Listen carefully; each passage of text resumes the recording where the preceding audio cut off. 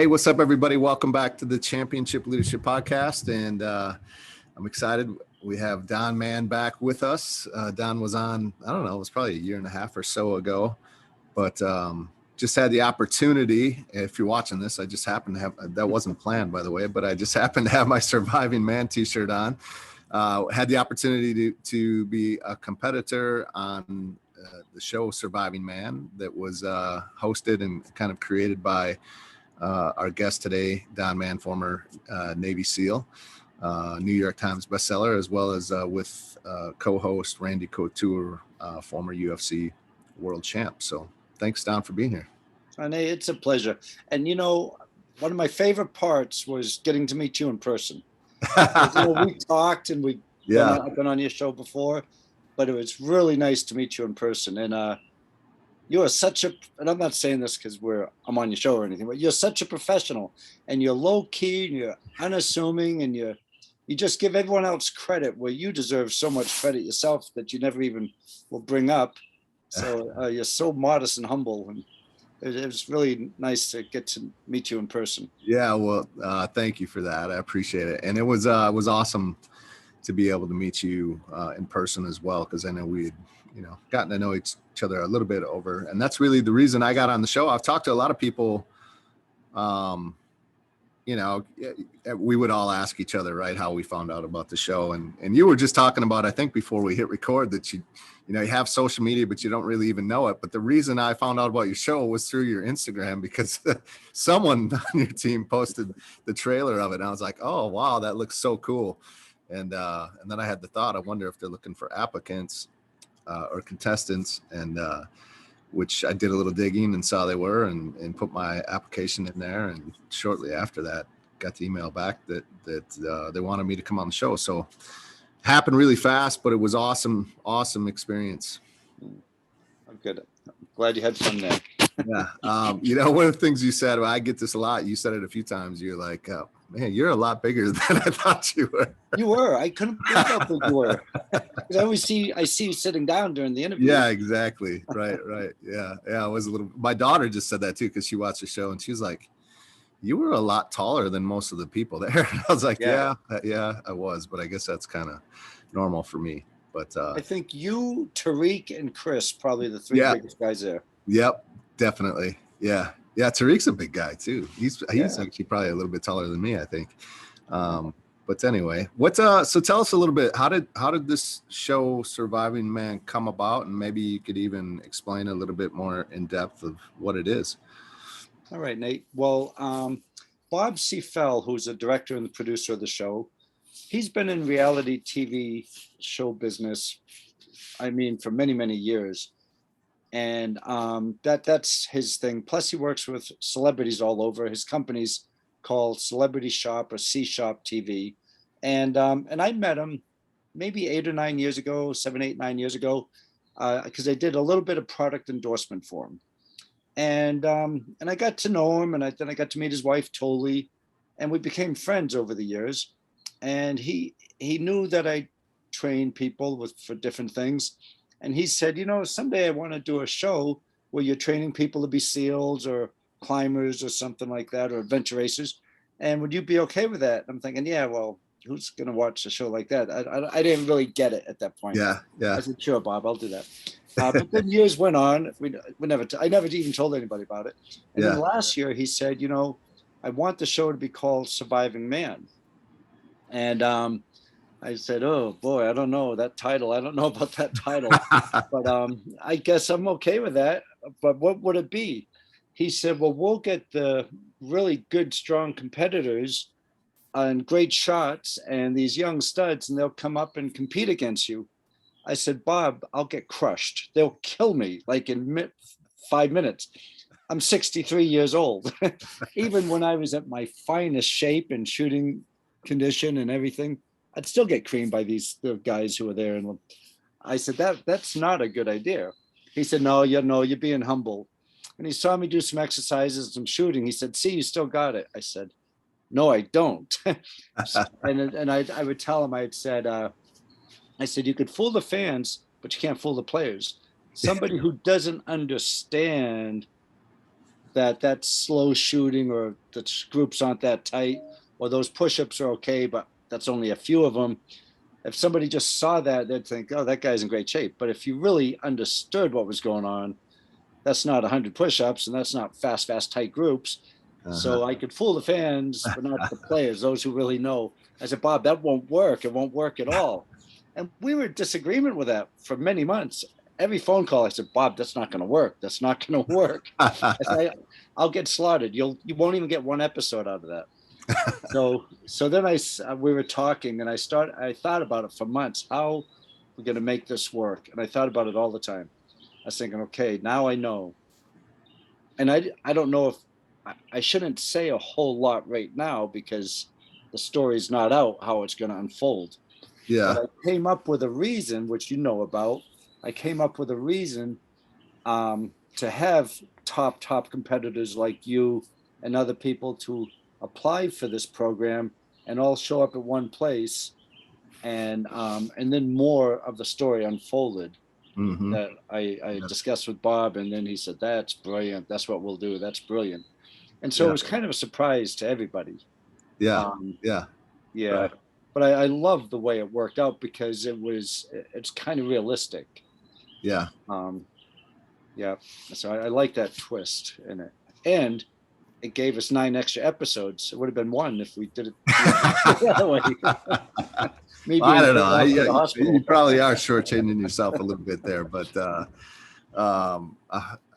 yes, it was an awesome experience for sure.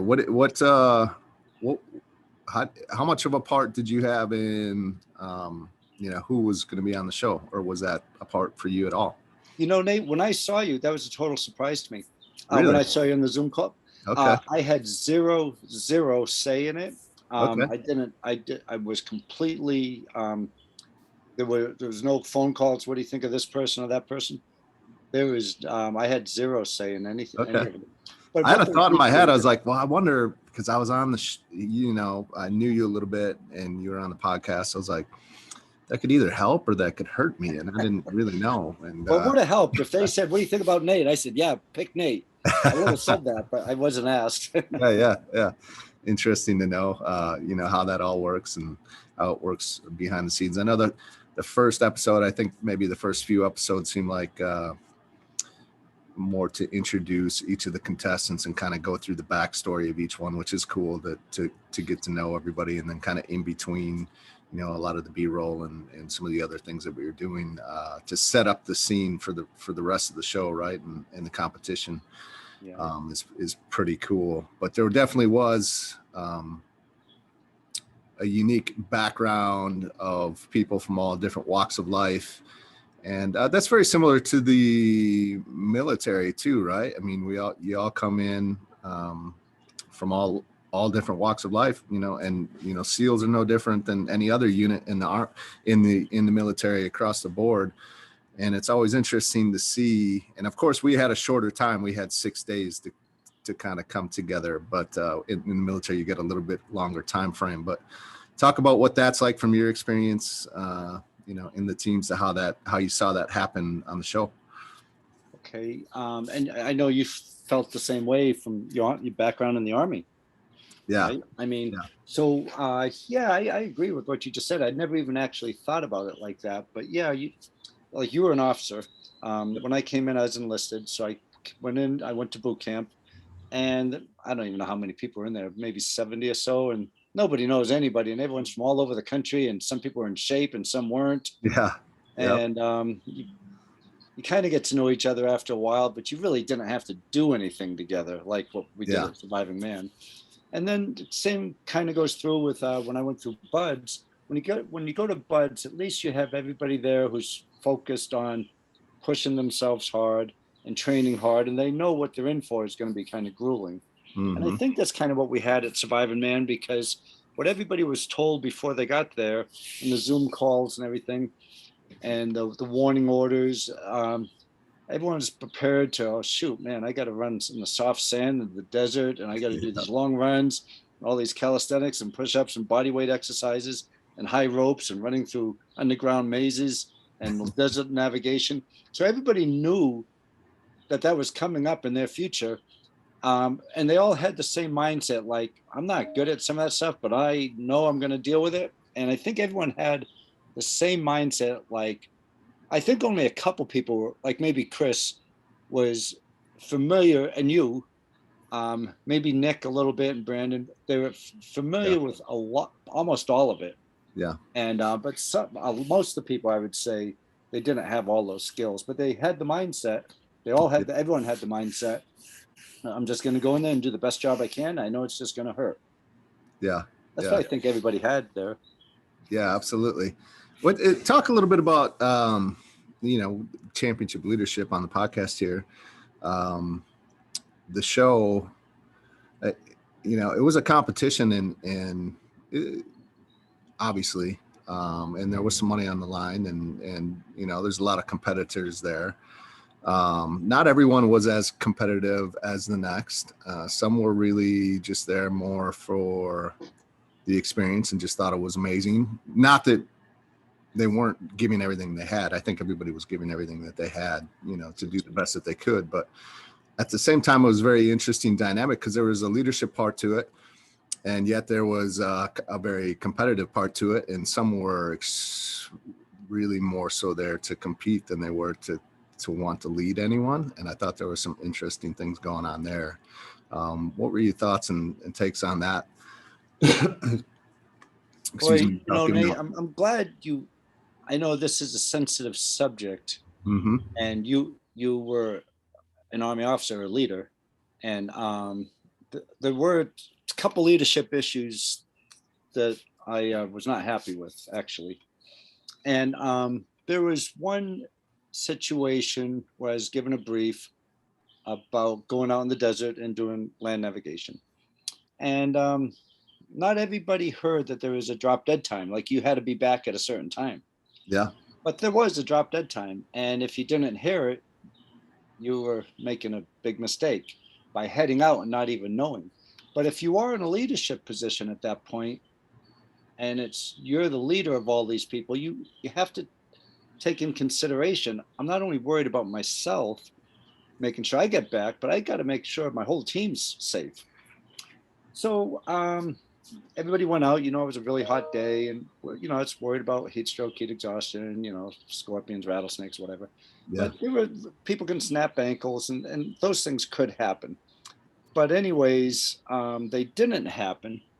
But a couple people, when they got back, and there was still 8+ people out in the desert beyond the drop dead time, beyond the cutoff time, they were solely concerned with, well, I didn't hear. What about me? I mean, my points, I'm going to lose points on this. That's not fair. I said, hey, wait a second. You got a whole team that's not accounted for. You got people out there. Worry about that first. Yeah, right. So I had that conversation a couple of times with a couple of different people. And these aren't military people. I mean, you and I, that's embedded into us, that type of thinking. And this isn't a cut down on anybody, because the people who were there, like you perfectly said, they were athletes and competitors, and they were there to win. I mean, that's how great athletes think. Yeah. But then when you put on another layer, well, you're not only here to win, but if you happen to be in charge of the whole group, that's your primary focus. Yeah. So the conversation I had was, okay, if you are in the lead and you have the most points, we are going to make you the mission interim commander. And that would mean if you have the most points, whoever it might be, if you have the most points, you will be the interim commander until somebody with more points comes in and takes your position. But in the meantime, if you have the most points, unless you turn it down, you're the interim mission commander. And that means you're just in charge of the mission. So you have yourself to worry about, but more importantly, you have the whole team to worry about. And I really had that conversation probably 3 or 4 times with a couple of people. And it wasn't a nice conversation, Yeah. Actually, I was told, I said, I don't think you have any respect for me. And I said, as an athlete, I have so much respect for you. As a competitor, I have so much respect for you. As a leader, I don't have any respect for you, and you're not going to stay in that position. Yeah. Actually, you have till the end of this evolution to let me know if you want to be a leader. If I were you, if you are solely concerned with your own well-being, turn leadership down, go off. You're going to win this thing, possibly. Go do that. Go win it. But you're not going to forget about the responsibility you have, the life and safety of the men and women under you. Yeah. But it wasn't done maliciously, and it was because these folks came in without military background, and they really came as competitors. And then to throw this other leadership thing on top of them is something they weren't used to. Yeah. But the results, and I won't say now because it'll probably unfold in the episodes. Yep. The results, I think, of that conversation and of accepting the conversation as it was meant to be, I couldn't have been happier and or admire those individuals more than I do now. And just that they handled being spoken to like that. You're just on a TV show. It's not like the military. Yeah. And they take it and they go, who the heck's this guy talking to me like that for? And then kind of turn around and be, I mean, then after that, Nate, every single time I was watching people, these people I had these conversations with, all they did was help others.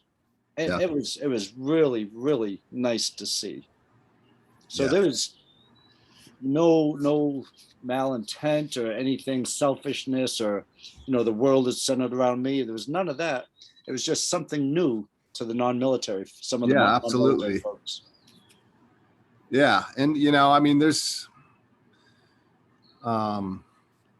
it was, I mean, I got it. I saw it. It was frustrating for me from a little bit of a standpoint too, just because of some of the things that were said from some of these folks in these leadership positions early on. Probably before the conversations were had with you. But I would have looked at it as what an opportunity, because I think if you really are a leader and you look at the opportunity to be in this leadership position, if you take just from a complete different perspective of, yes, this is a competition, but man, if I really bring everybody together and make this feel like more of a team and we all help each other, like we're all going to get the best out of each other, which is going to mean in turn that if he's or she is the best competitor and they do that, they're still going to stay on top. And yet everybody's going to come together, and what an amazing experience it could be compared to maybe what it was early on. So, but that's, there's lessons to be learned all the time. And the only way you learn those lessons is through those experiences. So. No, I agree, Nate. I really agree. And I spent a lot of time thinking about it, thinking, was that too harsh? I mean, was I too harsh with them in those conversations? Because I wasn't beating around the bush.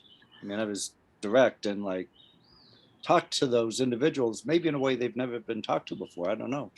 But I think so. Yeah. In a good way, that they were open-minded enough to listen to life from another viewpoint, the military actually. Yeah. Another viewpoint, and they open-minded enough to say, I'll give it a shot. And then not only will I give it a shot, I will try to be the best leader I can possibly be, and I hope to win. Yeah. Kind of the mentality I felt that happened after the fact. Well, I think the results that you saw after that are all you need to know on some of those questions you might have for yourself, whether you were too harsh or not. It seems like it worked and was up for the best. So I think it was awesome. What was the experience like for working? Had you met Randy Couture before? Just on a phone call. Just on a phone call. Okay. And actually, and then before the show started, I went to his gym.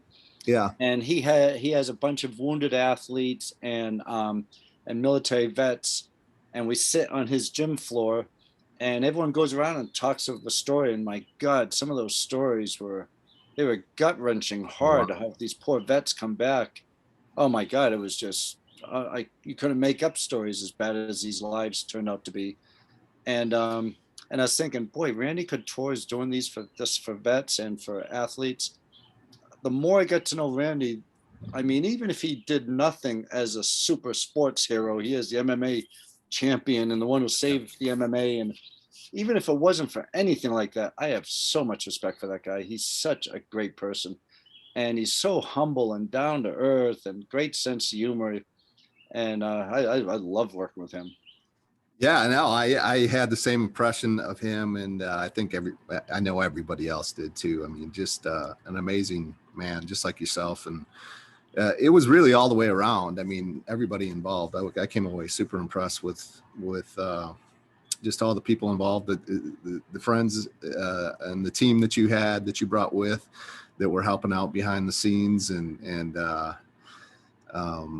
it was incredible. What's it like to have to put something like that together? Because I know they were long days for us, but I know that that wasn't nothing compared to what you guys were doing every single day. To on the administrative side, the operations side. I've had some experience as a leader, not running maybe a same event, but different types of events, and I know what it takes to make everything seem like it's going off without a hitch, which it did. And I know that it takes a lot out of you, and to do that, and yet to still have to be essentially the star of the show and be on and have energy and be plugged in the way that you were and everybody else was, to me, incredible. But maybe you could talk a little bit about what that week was like for you. Oh, thanks for those words. Yeah, we didn't sleep much at all. Actually, Chris and Ed, my two buddies I brought with me, who I've known for 25 years, doing events and things. Actually, I met Ed through the first Seal Adventure Challenge. Okay. On Seal Adventure Challenges, he came through it, and I met Chris through Odyssey Adventure Racing, doing adventure races. Okay. And we've been friends ever since, all of us. And but what we would do, well, first of all, you guys did all the physical stuff. We weren't doing anything physical. But after you guys would leave, we would stay at the site, clean up, put things away, talk about what's going to happen the next day and all that. And then we would go to Denny's restaurant and stay there till midnight to 1 o'clock every single night. Yeah. Just doing all the scoring and the leaderboard. Yeah. The leaderboard we wanted to make, because Chris and I, we needed a way. The reason all the events came about as they did is I didn't want the top shooter in the world come in and just beat everybody. Yeah. I didn't want the studliest physical fitness specimen come in and beat everybody. We kind of wanted to get points. The people had a chance to get points for a whole bunch of different things, which is why the Kim's game was in there. The real cerebral people, maybe do better on the Kims, and the land navigation and the planks and the leaning rest. Everything had points, and the shooting had points. So if you're really good at them all, you were going to win. If you had one weakness, but if you were exceptional at one and not good at all the rest, you weren't going to win. That's kind of like a triathlon. You can't set up a triathlon so the best swimmer is going to win it. Yeah, or the best cyclist. You have to have it so it's well-rounded. And so we made a leaderboard, and that leaderboard was complicated because we had to get all this targets every night and get all the points from all the different evolutions and put them in every day and put them on a program so I could send it to Steve, the producer, and Bob, the director. And most nights we didn't finish till 1 a.m. And then we'd be up at 5. So we slept 4-hour nights, probably 4 hours a night. But everyone had a really good sense of humor. Meals were McDonald's in the morning and Denny's at night, and just coffee and coffee and coffee. But we're really, really happy with the way it came out. And now I'm working with Steve, who's doing all the editing, and he'll call. He says, I just need to make sure that this person had the second most points and planks. And I mean, everything was down to a science. Yeah. And that's how we wanted it. Yeah. And I felt like the duck, it looked like maybe to a lot of people, the duck was swimming across the water smoothly, but underneath it was frantic. But that's how it just happens to be at these things, I think, for us. Yeah, absolutely. Well, you guys did a phenomenal job with that. Very impressed, definitely. And the show was an amazing experience. We got to do a lot of just incredible different things. The evolutions were all awesome and very fun, very challenging. That's, I have experience with shooting, but not a ton. Some of these guys are like competitive, like all out, and I hunt a few times a year and maybe shoot now and then, but so that was challenging for me, but it was very fun too, and just doing the best that you could, and it was, you just let it lay where it might, and like you say, you got strengths in certain areas, and you just got to keep showing up with and there was one or two evolutions where, you know, I felt I could have done much better than I did. And you just got to forget about those and keep going. Right. And just keep a positive attitude as much as possible. And also just enjoy the experience along the way too, not get too caught up in that. And because I'm afraid that, you know, certain people, you get too caught up in the competition or whatever, and you kind of lose the experience of everybody else that's there and the friendships and the connections that you can make and the opportunity that you actually have to be like, man, this is pretty cool. Like, when am I going to do this again? And probably not again, but you never know, right? So I agree. And I'm a victim of doing that to myself so many times in life, where I do this competition and all that mattered was giving everything I have to go forward as fast as I could. And then people would say, hey, did you see this? Did you see that? I said, no, I didn't see that. Yeah, we've all been there for sure. We've all done that. We'll talk a little bit real quick about which you have a new it's called TAR, correct? Yeah. What is that? Okay, so I'm older. I'm 63, and I was around when the marathon boom was big in the 70s, and it took over my life. I just loved the marathons, you know, and I just, before I was a runner, I ran Boston Marathon because I thought I could just put one foot in front of the other and not quit. And I wasn't even a runner yet. But then I did 30 more in that 3-year time span, and then went on to the ultras, and I just loved being a marathon runner. Yeah. And the marathon boom, thanks to Bill Rogers and Frank Shorter, they made this marathon boom so big and exciting. That's what people talk about for the extreme sports.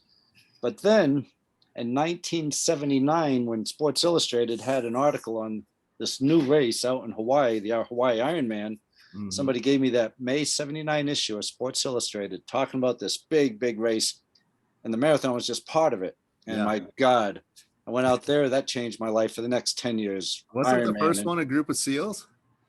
Pardon me? Wasn't the first Ironman a group of Navy SEALs? Well, the group of Navy SEALs did a lot of multi-sport racing at the time. Okay. John Dunbar, who got second in the Ironman, he was one of them. Okay. Conrad Kress, there were a bunch of them who would do them, but the one in Hawaii, the Ironman in Hawaii, that was a Navy SEAL commander. Okay. And 2 other guys, and they were sitting around saying, you know, I wonder if you do that, there's a rough water swim, the Oahu rough water swim.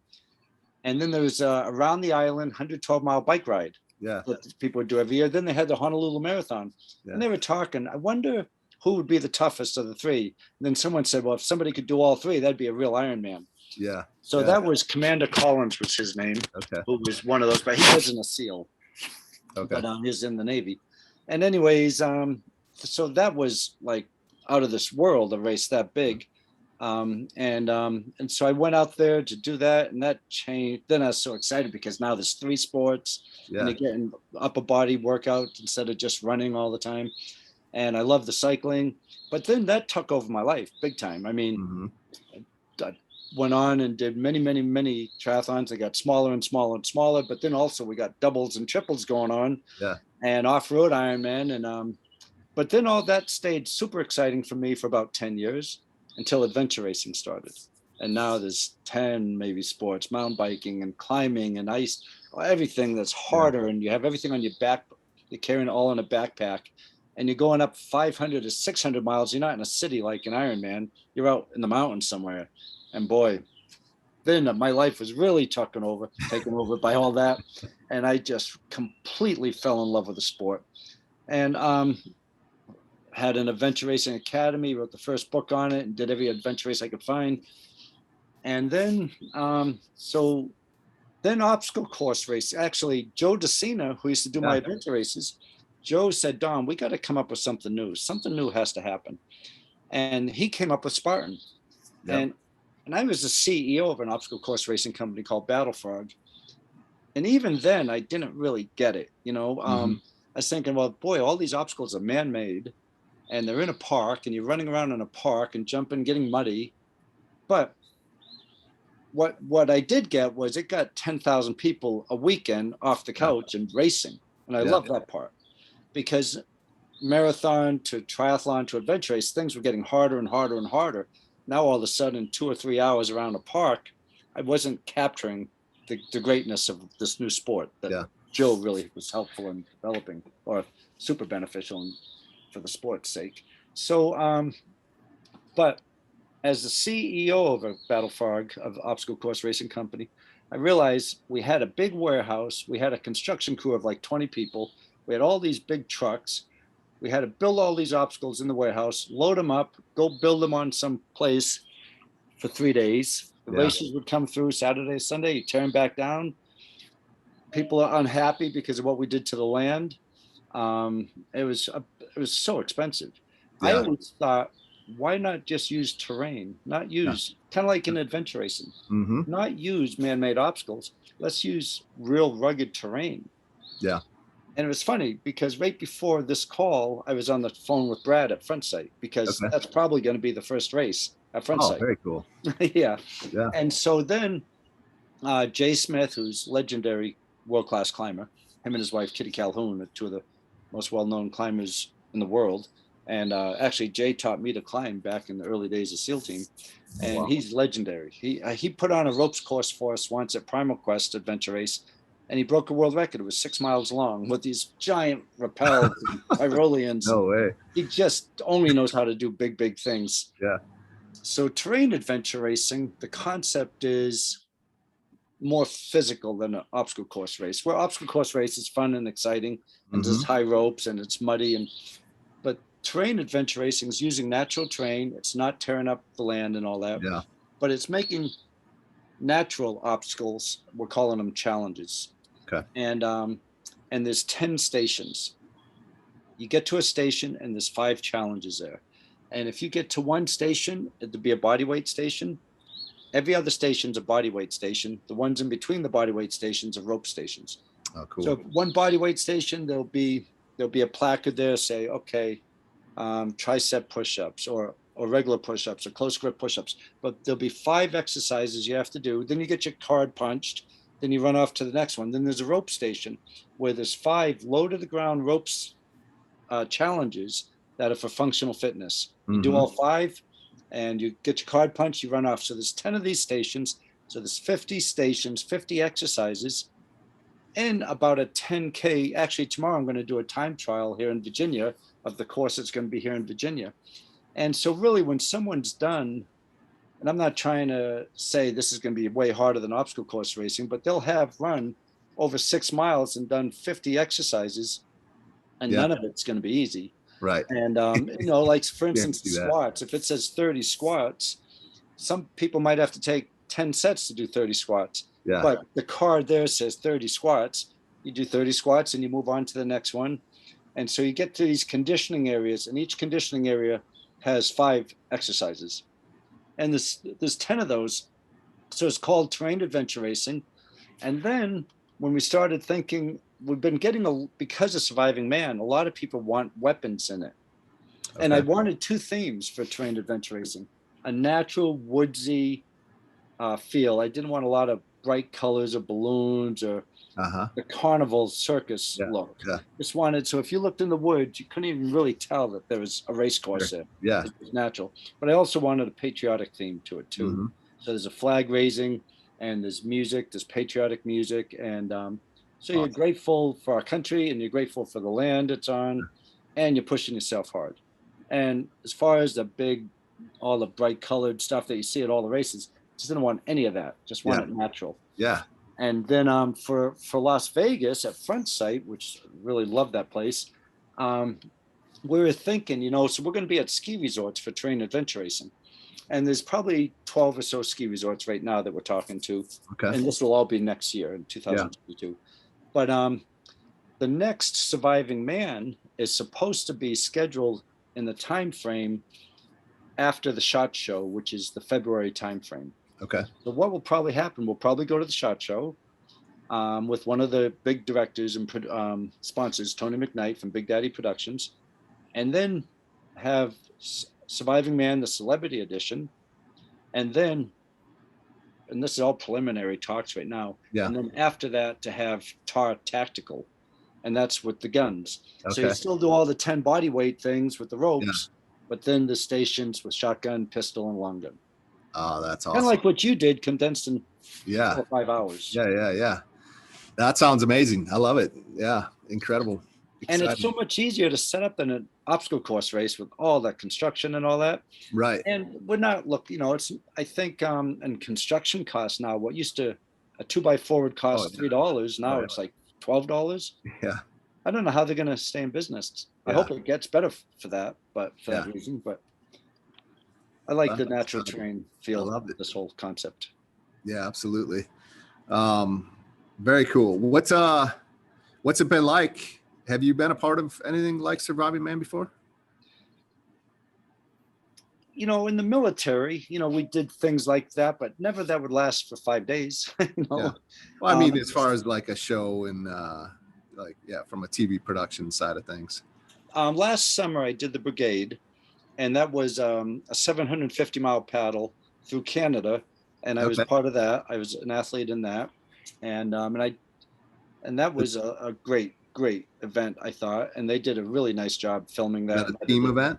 Pardon me? Was that a team event? Yep, there were 10 of us who Okay. started, 9 of us finished, Okay. and it was 750 miles. And the same way the early um, explorers in Canada explored Canada and did the fur trading and all that, we replicated what they did in the big giant 600-pound boats. And then we had rapids, and then we had all types of boats and portages over the mountains. It was hard. I Yeah. lost I think 16 pounds or something like Yeah. that.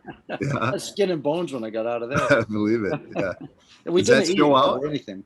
We I think we burnt. Some days we ate a couple hundred calories and burned thousands of calories. So Yeah. we just were shrinking up to nothing. Yeah. Right. Good diet. Is that show released? Oh yeah, that was released, and it was on the Outdoor Channel. Okay. And it was a Canadian show, but it was broadcast in the U.S. too. Got it. Very cool. Yeah, the brigade. Yeah. Yeah. Actually, it's funny because it was the same thing like what you went through. Yeah. I was just one of the contestants. Yeah. And I said, I'm over 60 years old. They said, yeah, we know. So I was the oldest one. I think I was older than all the parents, the other people. And there were grizzly bears up there, and there were polar bears up there. Polar bears? Polar bears, yeah. I have pictures on my phone of the polar bears up there.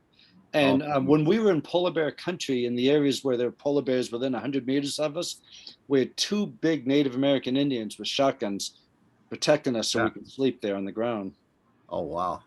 Yeah, they hunt human beings. They're the only animal that. I was going to say they do, yeah. And I hope your security didn't fall asleep. It was really, like you think of a reality TV show of, the contestants doing their thing, and next door there's a big hotel with all the staff and everything. It wasn't like that at all for this group.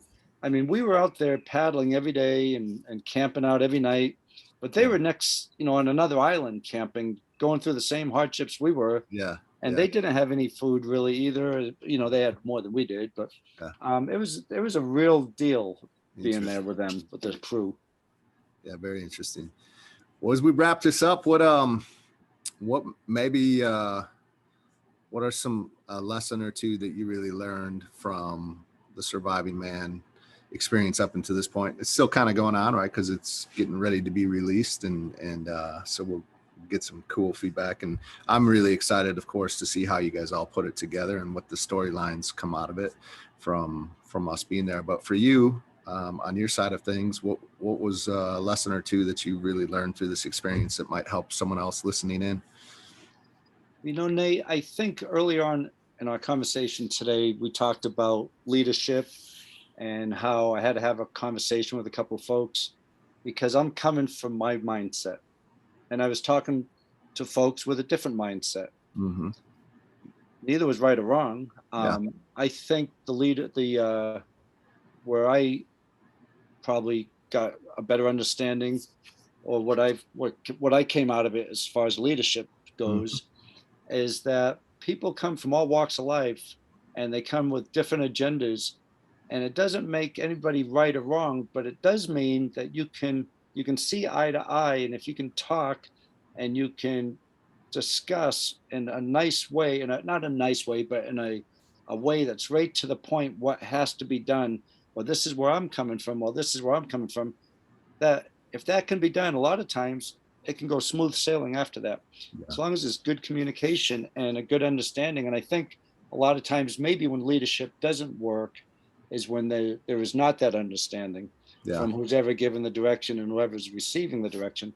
And I think if a person understands the mission, understands what has to be done, accomplished in that mission, and what the consequences could be if that is not done, if those objectives are clearly stated, I think leadership becomes much more attainable. And the other thing is everybody there, it was fun watching you, everybody at some point gave input from the leadership position, and everybody also received input as a follower. So everybody were great followers and great leaders. And I think a great leader has to be a great follower too. Yeah, 100%. Absolutely. Well, I appreciate you coming on. For those that are listening, I know you said you're not on social media all that much, but you have written some incredible books, and really the one that I came across that had me reach out to you initially was your Inside SEAL Team 6 book, which tells a lot about your story and your life, which was an incredible book. And I know some of the contestants didn't even know you had that, but I was like, what? You guys didn't know that he wrote this book? It's awesome book, incredible read. So if anything, go check that out. Very well done. So, but yeah, thank you so much, Don. I really do appreciate you and everything you've done for me and that you're doing for others. So thank you, Nate. It's so good to see you again. And I look forward to staying in touch. Absolutely. Have a great day. Thanks, Nate. Bye-bye.